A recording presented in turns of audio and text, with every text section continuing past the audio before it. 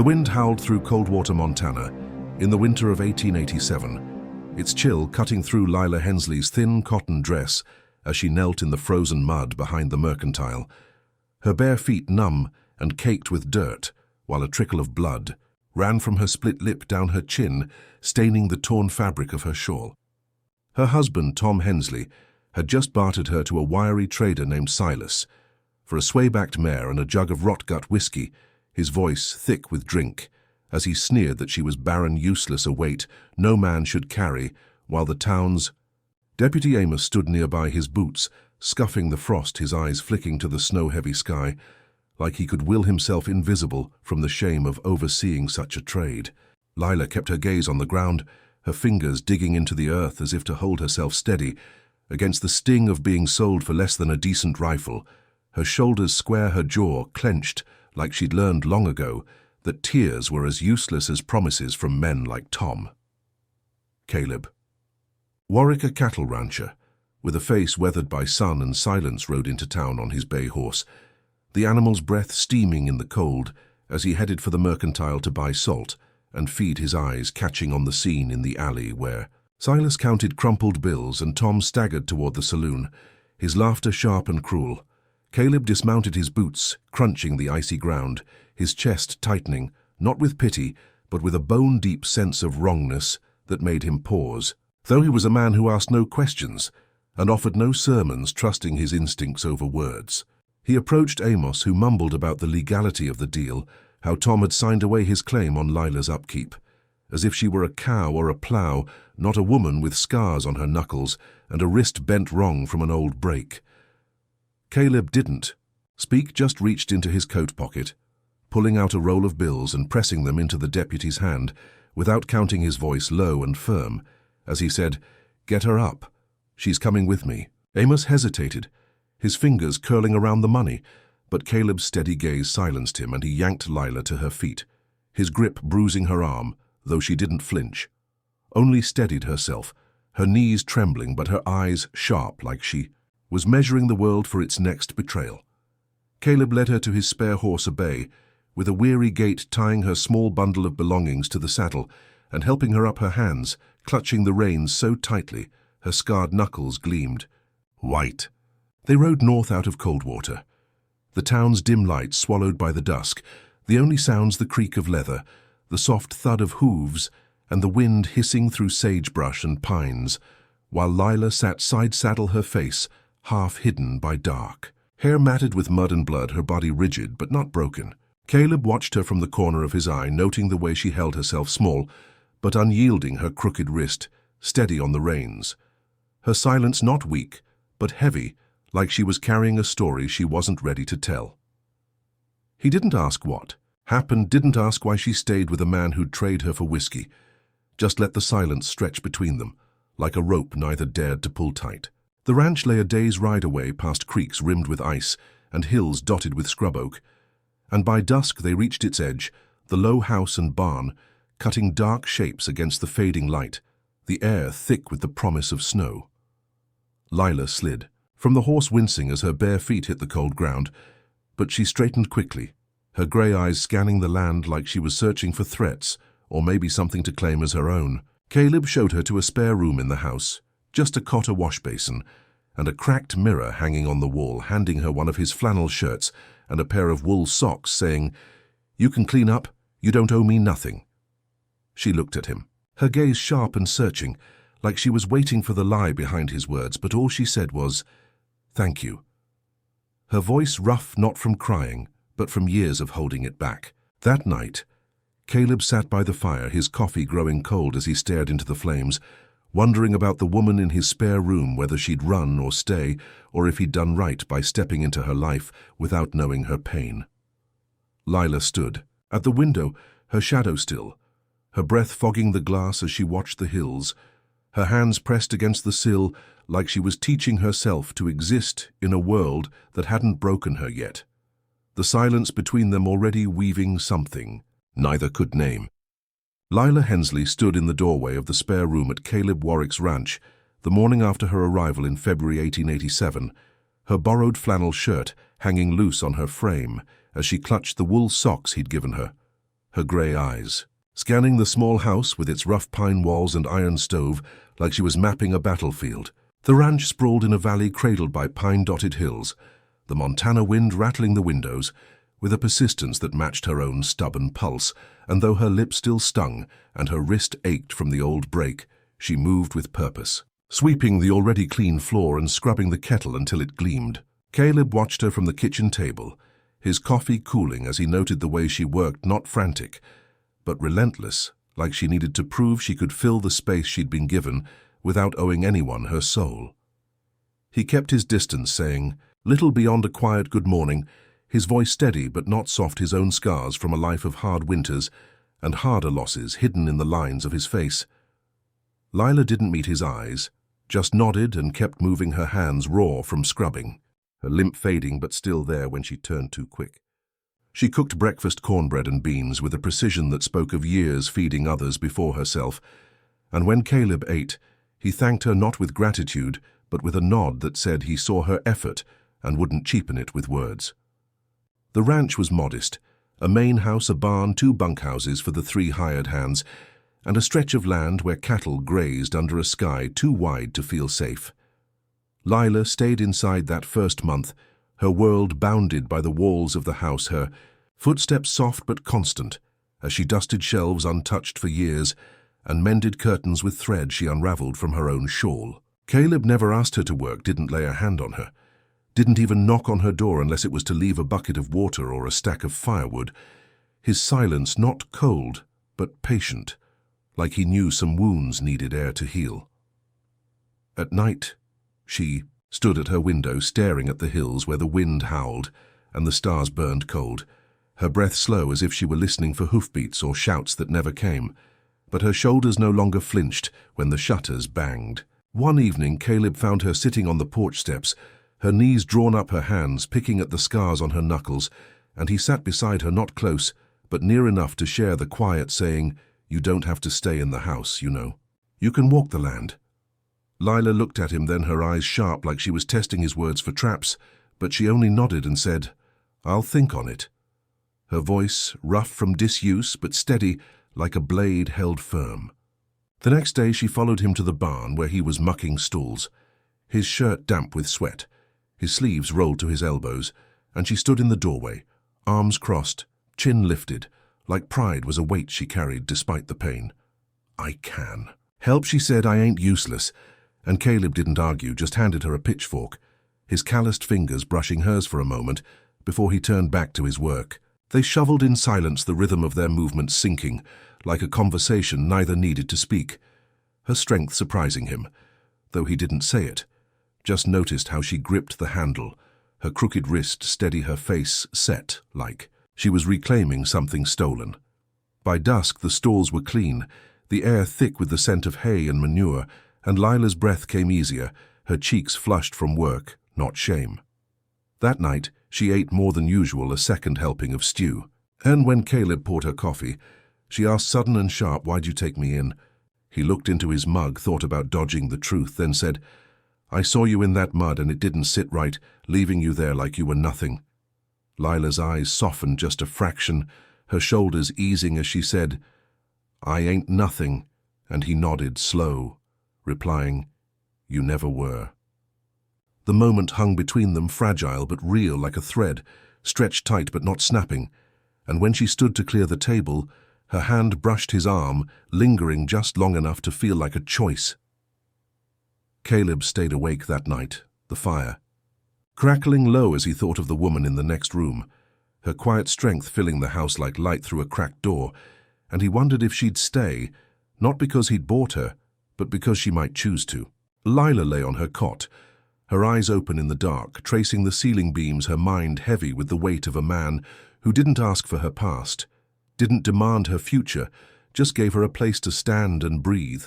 She didn't trust it yet, not fully, but the knot in her chest loosened a little, and for the first time in years she slept without dreaming of running. Summer rolled into the Montana Valley in 1887, the air thick with the scent of sagebrush and sun-warmed grass, and Lila Hensley moved through Caleb Warwick's ranch with a quiet that wasn't fear but focus, her grey eyes tracking the cattle's slow drift across the hills as if she could read their paths like a map of her own survival. The limp from her old injuries had nearly vanished, her steps sure as she swept the porch or hauled water from the creek, her scarred hands no longer hiding in her sleeves, but working with a strength that surprised the hired hands. 3 weathered men who tipped their hats to her now, though they'd once whispered about the bought woman. Caleb taught her to ride properly, not side saddle but astride, her legs gripping the horse's flanks as she learned to cut a stray calf from the herd. Her movements sharp and deliberate like she'd been born to it. She took to the rifle next, her crooked wrist steadying the barrel as she hit a tin can at 50 yards, then 100, her lips pressed tight when Caleb nodded approval, saying only, "You're a quick study." They worked side by side most days, driving cattle to new pasture or mending fences under a sky that burned blue. Their silences comfortable now, woven with glances that lingered longer than they used to. Lila started keeping the ranch's books, her neat figures in the ledger catching errors Caleb's instinct-driven tallies missed, and when she pointed out a shorted feed count, he listened, his mouth twitching like he was proud but too stubborn to say it.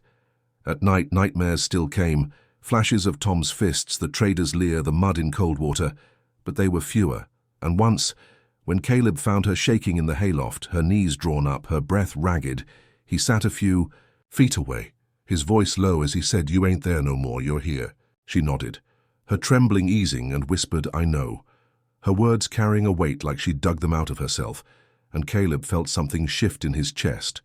Not pity, but a warmth he hadn't known since he'd buried his brother years. Virgo. In town, folks talked. Some called Lila the rancher's stray. Others said Caleb was soft for keeping her, but she started walking taller, her dark hair loose down her back, no longer tucked under a scarf, and when they went for supplies, she carried the list, her voice firm as she haggled over grain prices.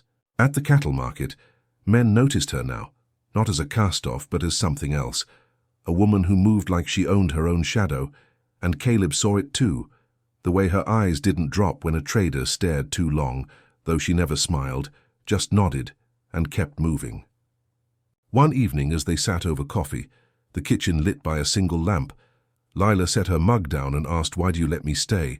her tone not accusing but searching, like she needed to know the ground she stood on wouldn't crumble. Caleb leaned back, his hands rough from fence wire, and said, "I didn't let you, you chose it, and I ain't fool enough to push away someone who holds her own like you do." Her shoulders eased and she reached for the coffee pot, her fingers brushing his wrist. The touch deliberate, staying a moment longer than it needed to, and neither pulled away, the air between them thick with something unspoken but growing. They rode out together the next day, checking fences along the creek, and when a steer bolted, Lila spurred her horse without hesitation, cutting it off with a shout that echoed off the hills, her braid flying loose, her face alive with focus. Caleb watched, his chest tight, not from the work but from the sight of her, fierce, unyielding like the land itself had claimed her. That night she joined him on the porch, the stars sharp overhead, and said, "I used to think I'd run if I got the chance," her voice steady but soft, and he asked, "Do you still think it?" She turned to him, her eyes catching the moonlight, and said, "Not now, not here," and her hand found his, her calluses matching his own, the touch a promise she wasn't ready to name, but he felt all the same. The ranch hands started calling her, "Ma'am," not out of duty but respect, and when one of them, a young man named Jess, tried to cheat the feed tally, Lila caught it, her voice calm but cutting as she made him recount the sacks in front of her, and he never tried it again. Caleb stayed quiet through it all, letting her carve her place, knowing she didn't belong to him but feeling himself belong to her in ways he couldn't explain. By August, the valley hummed with life, calves bawling, hawks circling lazy overhead, and Lila stood taller, her nightmares fewer, her laughter rare but real when a colt nuzzled her hand. Caleb watched her from the barn one morning, her silhouette against the dawn, and realized he didn't just want her to stay. He needed her to, not for the ranch, but for the part of him that had been silent too long. Lila felt it too, the pull between them. Not love in the way songs told it, but something harder, truer, built from shared dirt and quiet trust. Winter swept into the Montana Valley in early 1888, the air sharp with frost and the threat of snow, and Lila Hensley stood on the porch of Caleb Warwick's ranch, her breath clouding as she scanned the hills, her grey eyes hard not with fear, but with a readiness that made the ranch hands glance at her like she was more than human. A woman forged from the same unyielding earth as the land they worked. The ranch had become her anchor, its routines of mending fences and tallying cattle a rhythm she'd claimed. But whispers from Coldwater reached her ears. Tom Hensley, her husband who'd sold her for a horse and whiskey, was back, drunk and loud in the saloon, boasting he'd traded a worthless woman and now wanted her back to settle a score. His words egged on by Gideon Voss, a rival rancher with a sprawling spread north of the river who saw Caleb's success and Lila's presence. As a slight to his pride, Lila's hands tightened on the porch rail, her scarred knuckles white. When Jess, the youngest hand, brought the news, his face pale as he stammered about Tom's threats to ride up and take what's his. Caleb, oiling his rifle by the fire, looked up and asked, "Do you want me to handle it?" His voice steady but his eyes searching hers, and Lila shook her head, her jaw set as she said, "No, this one's mine. I ain't broken, and I'll prove it." He nodded, saying, "I'll ride behind you then, just in case." And the next morning they saddled horses, Lila's revolver strapped to her hip, her braid tucked under a hat, her silence not fear, but a blade honed sharp. The ride to Coldwater was quiet, the snow dusting the trail, and when they reached the saloon, its doors swinging in the wind, Lila stepped inside first, her boots loud on the warped boards, the room falling silent as men turned, their eyes catching on the woman who'd been sold but now stood like she owned the air. Tom sat at the bar, his face flushed, a yellowed paper with her name clutched in his fist, and when he saw her he sneered, "Well, ain't you polished up, living off that rancher's coin like a kept dog?" Lila moved fast, her fist cracking against his jaw, sending him sprawling to the floor, the room still as death while he scrambled up, spitting blood and pulling a knife from his boot, snarling, "You're mine, always will be." She drew her revolver, not raising it but letting it rest in her hand, the metal glinting as she said, "You signed me away. You lost any claim the day you took that whiskey, and if you come near me again, you'll learn what nothing feels like." Tom froze, his knife trembling, and the men around him stepped back, their faces a mix of shock and something like awe, as Lila held her ground, her voice cold but steady, her eyes never leaving his. Caleb stood in the doorway, his rifle loose at his side, not interfering, just watching, his presence a quiet promise that she wasn't alone. Tom backed toward the door, cursing under his breath, his bravado crumbling as he stumbled into the street, and Lila turned to Caleb, saying, "Let's go," her shoulders loose for the first time in days. The ride back was silent, snow falling in soft sheets, and when they reached the ranch, Lila dismounted, her boots crunching the fresh powder. "And Caleb asked you all right?" His voice low, not pressing, but needing to know. She nodded, her lips softening as she said, "Yeah, I think I am." And for a moment, standing in the snow, her eyes met his, the weight of her past lifting just enough to let her breathe. That night, she sat by the fire, her hands still, no longer, fidgeting with her scars, and Caleb joined her, the room warm with the scent of burning pine, neither speaking but sharing a quiet that felt like trust. Lila knew the town would talk, how the bought woman faced down her husband, how she didn't flinch when steel gleamed, but she didn't care, her place on the ranch no longer a question in her mind, her strength not just in her hands, but in her choice to stay.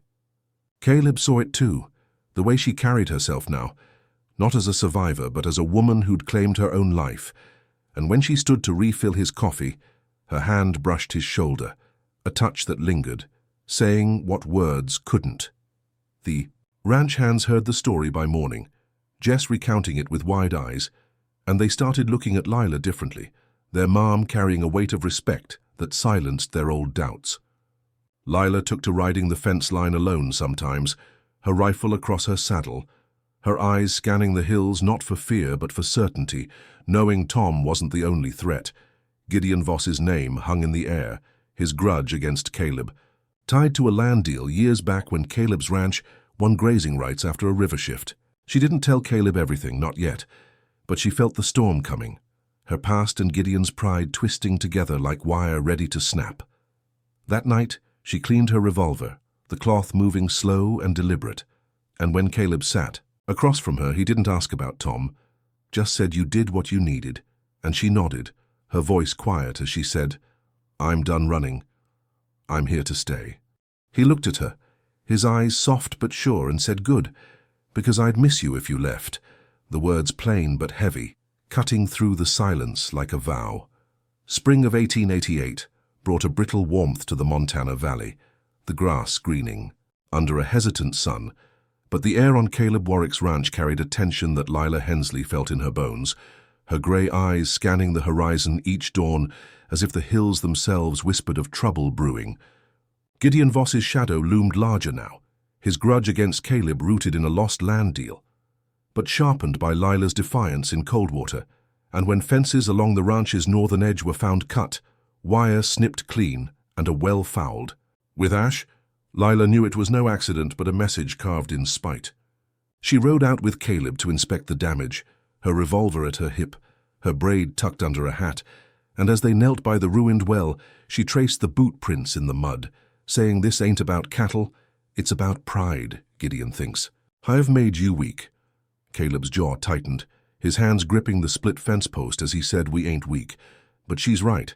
They're testing us, and we'll need to answer." Lila took charge, her voice steady as she gathered the ranch hands, Jess and two older men, Cal and Amos, teaching them to shoot from cover, to aim for a man's legs, to drop him without killing, her commands sharp like she'd seen war in ways they hadn't, her crooked wrist steady as she demonstrated a quick draw. The hands listened, their eyes wide, calling her mom with a reverence that had grown since she faced down Tom, and even Cal, who'd once muttered about her being bought, now nodded when she spoke, his hat tipped low. One night, as the wind howled and the barn creaked, a fire sparked in the hay store, flames licking the dry timber, and Lila was out the door before the first shout, barking orders to douse the blaze with creek water while she and Jess lit backfires to starve the flames, her figure a shadow against the glow as she hauled buckets with a strength that silenced the men's doubts. Caleb fought beside her, his rifle ready, and when two of Gideon's men broke from the dark, their torches raised, Lila fired a warning shot that sent one running, then tackled the other, pinning him with the butt of her rifle, her voice cold, as she said, "Tell Gideon to come himself next time." The fire was contained, most of the hay saved, but the cattle were spooked, bawling into the night, and as dawn broke, Lila stood over the smouldering ashes, her hands clenched, saying, "They'll come again. They think we'll break." Caleb nodded, his face grim, and said, "We hold the line together," and her eyes met his, a flicker of gratitude passing through her that felt like trust hardened into something deeper. That evening, as they cleaned soot from their hands, Lila confessed by the fire, her voice low, "I'm scared not of dying but of going back to who I was, the one who took the hits and stayed quiet. I can't be her again." Caleb sat across from her, his hands still, and said, "You're not her, you're Lila, and I'll stand by you whatever it takes," his words plain but heavy, like a vow carved in stone. And her hand reached for his, their calluses meeting, neither, pulling away. She slept with her revolver close that night, the weight of it grounding her, but the cracks in her resolve showed, moments when she paused in the barn, her hand pressed to a horse's flank, her eyes distant, like she was fighting to stay present.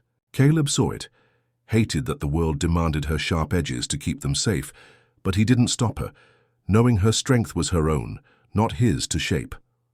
Lila trained the hands harder, showing them how to fortify the ranch, piling sandbags by the bunkhouse and setting tripwires along the creek path, her mind mapping every inch of the land like a general who'd learned strategy from survival. When a calf was found dead, its throat cut and a strip of hide branded with Gideon's mark, she stood over it, her fists tight, and said, "This is personal now.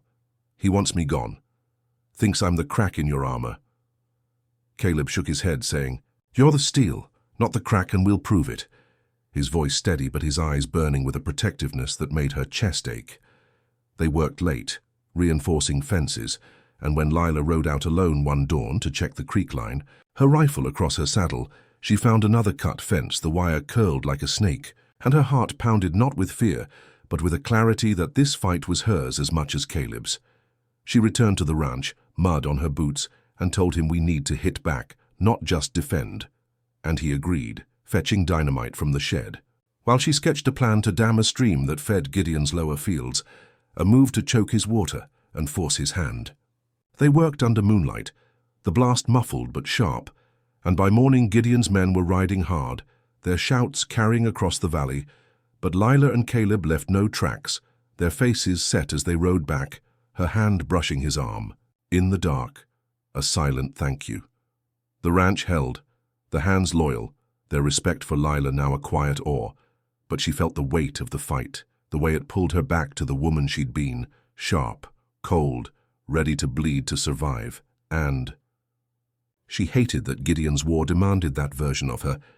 Caleb saw it too, the way her eyes lingered on the hills, not for threats but for the life she'd built, and one night, as they sat by the fire, he said, "I don't want you fighting because you have to. I want you here because you choose it." And she looked at him, her voice soft but sure. "I choose it every day, Caleb, and I'll fight to keep it." Her hand found his, the touch a promise, and the firelight caught the resolve in her eyes. A woman not just surviving but claiming her place in a world that tried to break her. The Montana Valley bloomed under a tentative spring sun in 1889, wildflowers pushing through the earth near Caleb Warwick's ranch, but the air held a stillness that Lila Hensley read like a warning, her gray eyes scanning the horizon each dawn, her revolver a familiar weight at her hip as she stood on the porch, her braid loose, her hands no longer hiding their scars but steady with purpose. Gideon Voss's attacks had quieted since the dammed stream dried his fields, but Lila knew he wasn't gone. Just waiting, his pride a festering wound that demanded her defeat, not just Caleb's land. And when the wind died one evening, the birds silent and the dogs refusing to bark, she felt the final fight coming like a storm she'd always known would break. Caleb stood at the barn door, his rifle in hand, his face set as he said, "It's tonight, ain't it?" And Lila nodded, her voice calm as she said, "It's Gideon. He wants me dead, not just gone, and I'm ready to end this." They prepared in silence, checking weapons and posting the hands, Jess, Cal and Amos at key points, Lila's orders sharp and unquestioned, her knowledge of the land and its shadows a map no one else could read. At midnight, Gideon came not with horses or torches but on foot, 6 men moving through the long grass, their spurs muffled, their faces hard, Gideon's white hat a pale smear in the dark as they reached the eastern fence line. Lila and Caleb met them there, no ambush, just open ground, her boots planted firm, his rifle at his shoulder, and when Gideon stepped forward 10 feet away, his coat flapping once before going still, he sneered, "You got no claim here, Warwick," sheltering a woman who don't belong. Caleb's voice was steady. "She's no thief and this land's ours." But Gideon looked past him to Lila, saying, "I should have ended you when your man sold you, cut you down before you grew claws." Lila stepped forward, her eyes cold, and said, "You remember me wrong, I was never yours to break." And before Gideon could blink, she drew, her bullet tearing through his thigh, the second grazing his shoulder, dropping him to the dirt with a groan. His men raised their guns, but Caleb's rifle was already leveled. His voice low as he said, "You'll die for him or walk away breathing." And one by one, they dropped their weapons, backing into the dark, their loyalty thinner than Gideon's. Promises. Gideon writhed, clawing for a pistol he'd lost, and Lila knelt beside him, her knife, the one she'd used to cut her hair for Caleb, gleaming as she said, "You thought I was nothing, but what I am now is worse for you." And she stood, turning to Caleb with "Leave him. Let the law or the worms have him." They walked back to the ranch, the night quiet again, and by dawn they buried Gideon's men's weapons behind the barn, not out of shame but to mark the war's end, Lila washing her hands in the creek, the cold water stinging her scars as Caleb burned the bloodied rags, the air clean with closure. That afternoon Lila sat by the kitchen door, planting rosemary and sage in a small garden, her hands steady in the dirt, and Caleb watched from the porch, his heart full with something he hadn't named until now. He joined her kneeling in the soil and said, "I want to marry you, no papers, no preacher, just us and this land." And Lila looked at him, her eyes soft but fierce, saying, "You don't need to save me, Caleb."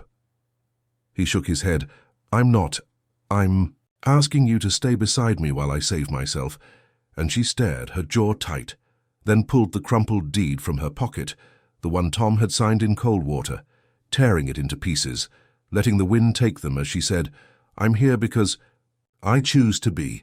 Their hands met in the dirt, her calluses against his, and they stood, the garden a promise between them, no vows spoken but felt in the way she touched his shoulder before dawn, the way he left coffee warming for her on the stove.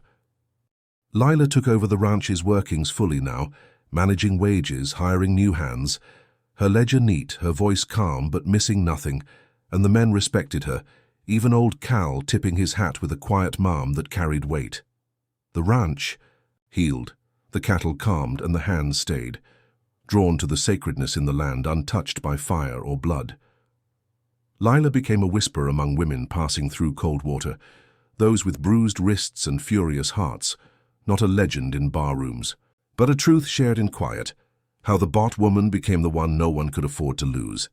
Caleb, who'd thought his heart died with his brother in a war long past, found it again in her, not through soft words but through her fire, her choice to stand beside him. One morning, as they sat by the garden, Lila chewing a sprig of rosemary, she said, "I don't dream of running anymore," and he asked, "Do you dream at all?" his voice soft. She smiled just a little, and said, "Sometimes I see that first day, the mud, you, but now I wake and reach for you." Her hand finding his, their fingers entwined, the earth beneath them scarred but alive. They never left the ranch, not because they couldn't, but because everything they'd lost was gone, and everything they'd built, trust, strength, a life chosen, was rooted in the dirt they shared, the valley opening to them like a wound learning to heal.